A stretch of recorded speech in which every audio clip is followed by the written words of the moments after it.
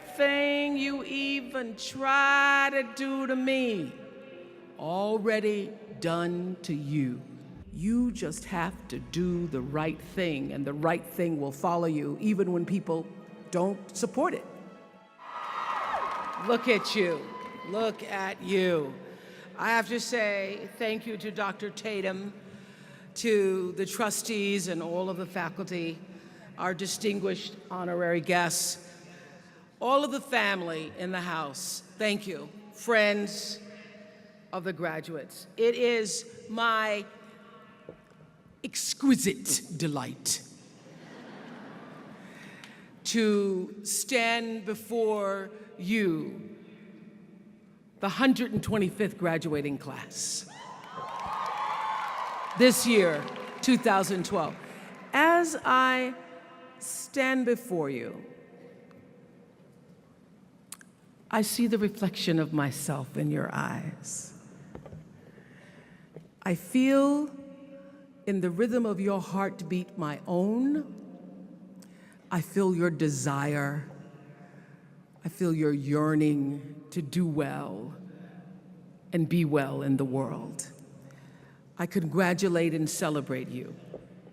I'm so happy that we had a chance to spend 2.5 hours together yesterday, because my heart was so filled with what I do know for sure about being successful in life and what it takes, that I knew I wouldn't be able to get it all in a commencement speech.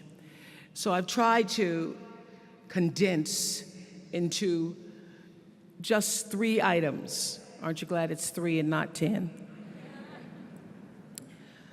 What I feel really matters and that I want to share with you. I did a lot of thinking and praying about you all, because you are me. You represent who I am, who I have been, and who I can be in the world. And so my prayer is that I will be a vessel so that the words will flow through me to you in such a way that when the times get tough, you remember and you know. Yesterday, I heard the Glee Club sing, and today, that Glee Club, y'all need a show. Yeah.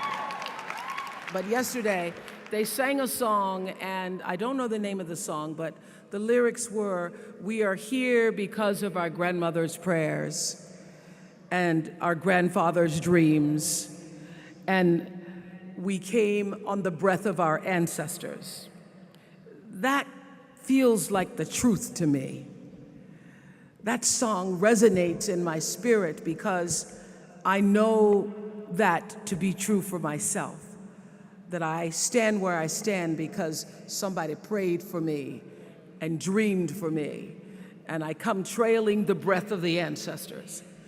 And what I want to share with you is what 2 of my favorite mentor teachers, Toni Morrison and Maya Angelou, have said to me that I want to add to the prayers and the dreams.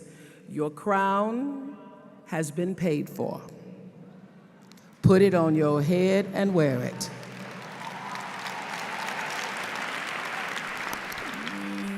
You're going to walk out of here with a crown today that has been paid for, not just by you and your 4 years, but paid for by the blood from the lynchings, the tears and the sweat, from the toil and the trials and the sorrows, from the burdens and the weariness, paid for by the sit-ins and by the setbacks, and paid for by those who, in the words of Sterling Brown, strong men kept a coming on, stronger, strong men getting stronger.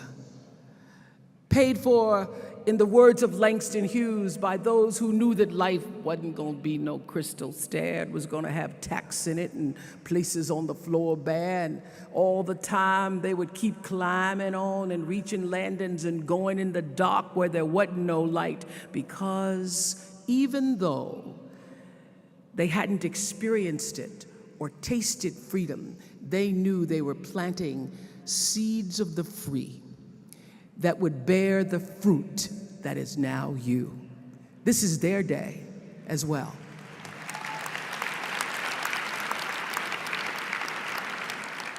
And so today, you get to fulfill the dream of the great-great-grandmothers who said, I may not get there, but my great-great-granddaughter may one day walk across a stage called Spelman. As a liberated woman, as a liberated, educated woman, today's your day. Never forget that you did not do this by yourself. You come here today trailing the breath of the ancestors and the breath of the angels. As I spoke yesterday, I was so pleased to know that you Spelman women are in the spirit. And the three things that I want to leave with you, just these three, I could do 10, I could do a whole life class, but just these three things will carry you if you let them. First and foremost, knowing who you are. Knowing who you are. Being able to answer this question, who am I and what do I want? You know, many times when I go out of the country, I am baffled by that question. To explain what is your occupation. I've stood there for 10 minutes. Well, am I a talk show host? Well, I'm more than a talk show host. Am I a businesswoman? I'm a businesswoman. I'm more than a businesswoman.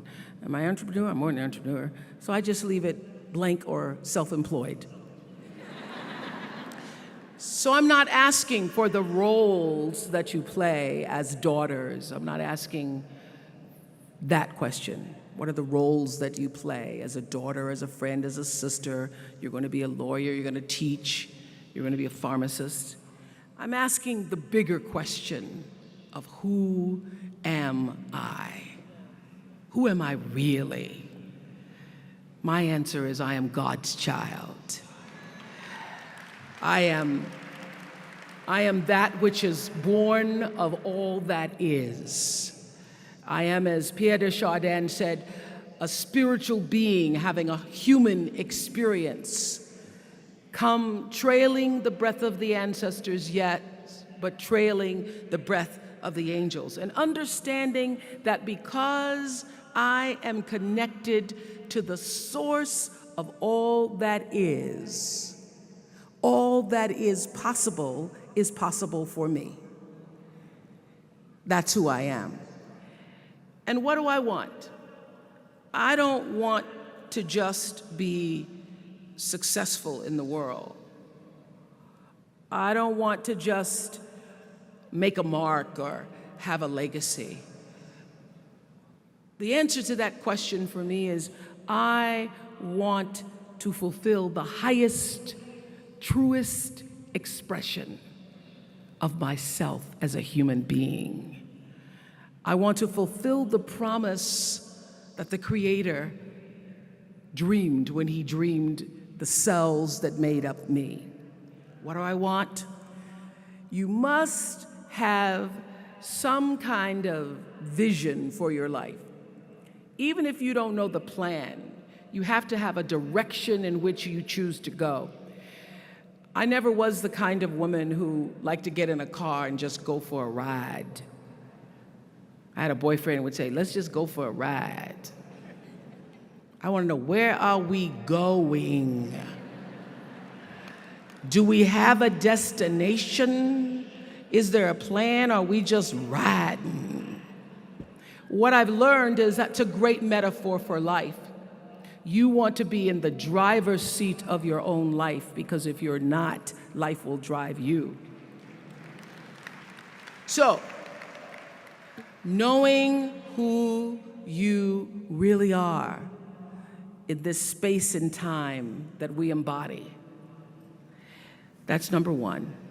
What do you want? Who are you? Number two, you must find a way to serve. Martin Luther King said that not everybody can be famous, but everybody can be great because greatness is determined by service. Now, we live in a world where everybody wants to be famous and where we admire people for just being famous. We think being known brings us value. The truth is, all of that will fade in time. In 3 years, you won't be able to name the housewives of Atlanta. The real truth is that service and significance, service and the significance that you bring to your service is that which is lasting. So to be able to, whatever your occupation or job or talent or gift is, our honorees today getting doctorate degrees, to apparently opposite fields, HIV and AIDS and the spoken word. But what they have in common is service, using the spoken word in service to community and the world, using your knowledge and information about HIV and AIDS and medicine in service to the world. And if you look at all the most successful people in the world, whether they know it or not, they have that paradigm of service. Everybody's talking about Mark Zuckerberg and IPO. Service. Jay-Z rapping. Service. Through the word, to people, through song. For many years, I was really just happy to be on TV, and people would stop and say, "Oh, you on TV?" "Yeah, I'm on TV. I like being on TV. It's a nice job." And it was about the time that I received my honorary doctorate from Spelman, around 1993. So I don't know if that had something to do with it. I thought of myself as Dr. Winfrey. That I went back and I took a long look at what it was I was doing on TV and made a decision that I was no longer going to just be on TV, but I was going to use TV as a platform, as a force for good, and not be used by TV. And I will tell you, my decision to make that significant change in the way I operated on television, using television as a service, changed my career exponentially. Service through medicine, service through art, using whatever it is you produce, your product, as a way of giving back to the world. When you shift the paradigm of whatever it is you choose to do to service and you bring significance to that, success will, I promise you, follow you. Service and significance equals success. That's number 2. Number 3, it's so simple, but so hard to do. Always do the right thing. Always.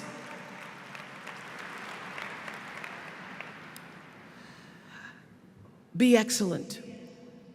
People notice. Think of how you notice. You go to Taco Bell, somebody gives you an extra napkin and some sauce. You notice. You want to go back to that person, because even at Taco Bell, excellence shows itself. Be excellent. Let excellence be your brand. Everybody talks about building a brand. I never even knew what that was. When people would say, "You're a brand," I would say, "No, I'm just Oprah." What I recognize now is that my choice to, in every way, in every example, in every experience, to do the right thing and the excellent thing is what has created the brand. Years ago, I did an ad for Revlon for an ad they were doing called Unforgettable Women. And what I know is that when you are excellent, you become unforgettable. People remember you, you stand out. regardless of what it is. You become an unforgettable woman. And that is what we all want. We want to be unforgettable and not forgettable. So doing the right thing, even when nobody knows you're doing the right thing, will always bring the right thing to you. I promise you that. Why? Because the third law of motion is always at work. For every action, there's an equal and opposite reaction. That is so true in all of our lives. That's what Newton said. Celia in The Color Purple said it. Everything you even try to do to me, already done to you. Everything you even try to do to me, already done to you. So you don't have to worry about revenge or getting back at somebody, making sure they pay. You just have to do the right thing, and the right thing will follow you even when people don't support it. I remember many times on my show. There are many shows y'all never saw. And the reason you didn't see them is because I got the last vote. And I remember 2010, my team, hardest working team in television, had done this interview with a woman who turns out she was a Sunday school teacher by day and a sex addict at night. Ooh. And they were like, you won't believe it. We got her going out, and we got her with the men, and we get to show her, and she was willing to show us everything. I sat down with a woman for an interview that was taped. And during the process of the interview, I said, why are you doing this? And she said, oh, I want to help people. I want to tell my story, and I want to help people. I said, do you have children? She says, yes, I have a 10-year-old son. I knew right then this is never going to see the light of day. So we got off the air, and I said to the lady, we are not going to air that show. And she said, why? My producer said, why? She knew she was being filmed. She knew what she was saying. She knows what you... I said, because her son will never get over it. Her son will never get over it. And it's not worth a rating point to me. Not worth a rating point to me to know that there's a 10-year-old boy who's destroyed because his mother went on the Oprah Winfrey show and told all her business. You do the right thing even when other people think it may not be. And oftentimes, when you make a decision to do the right thing, immediately you're faced with doubt. Was that the right thing? Was that the right decision? I don't know, was that the right thing? You always know it's the right thing, when in the end, there is peace. You are rewarded by peace in knowing that you did the right thing. The most important thing I have come to know in doing the right thing and making the right choices is understanding what we talked about yesterday. All of you leaving here have the potential for enormous success. There's a price that comes with that. People don't always like you, and they're not always happy for you. And if you surround yourself with people who are not accustomed to your success, they become fearful, they become scared, because you are reflecting back something to them that they don't recognize. Now, they're not going to say, you know, I'm very fearful, because you're reflecting back to me something I don't recognize. They're going to say, you know what they're going to say? They're going to say, who she thinks she is. Who she thinks she is. That only happens when you are around people who do not mean and want and aspire to the best for you. People who want the best for you want you to be your best. So my greatest advice to you is to surround yourself with people who are going to fill your cup until your cup runneth over. So when people say you're so full of yourself, you can say, yeah.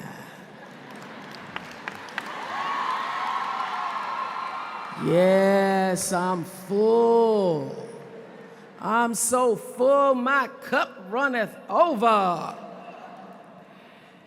And to know that once your cup runneth over, you cannot spend your life with your gallon-size offerings, offering them to pint-sized people.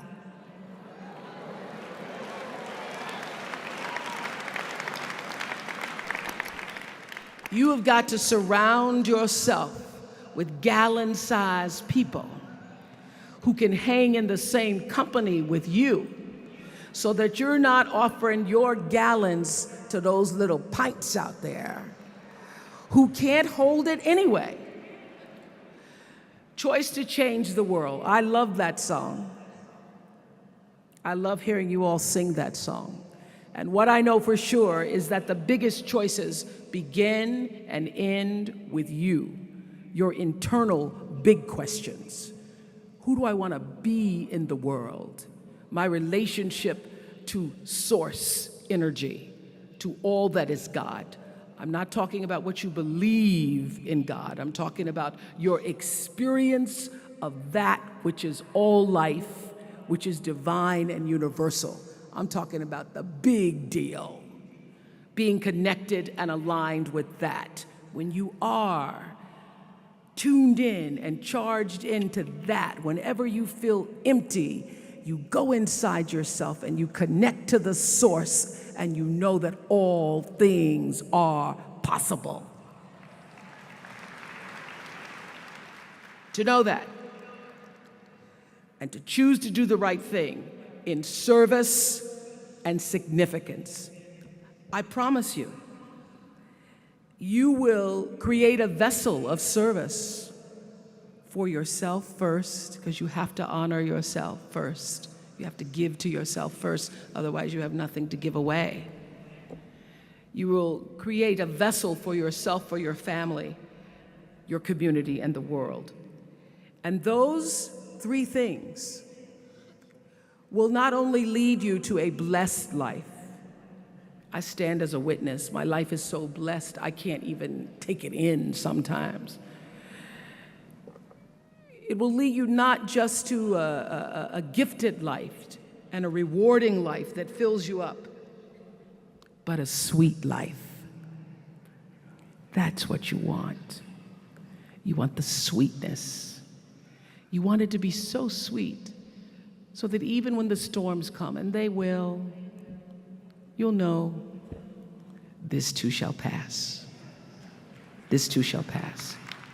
The storm is passing over, and you shall not be moved, because you know who you are.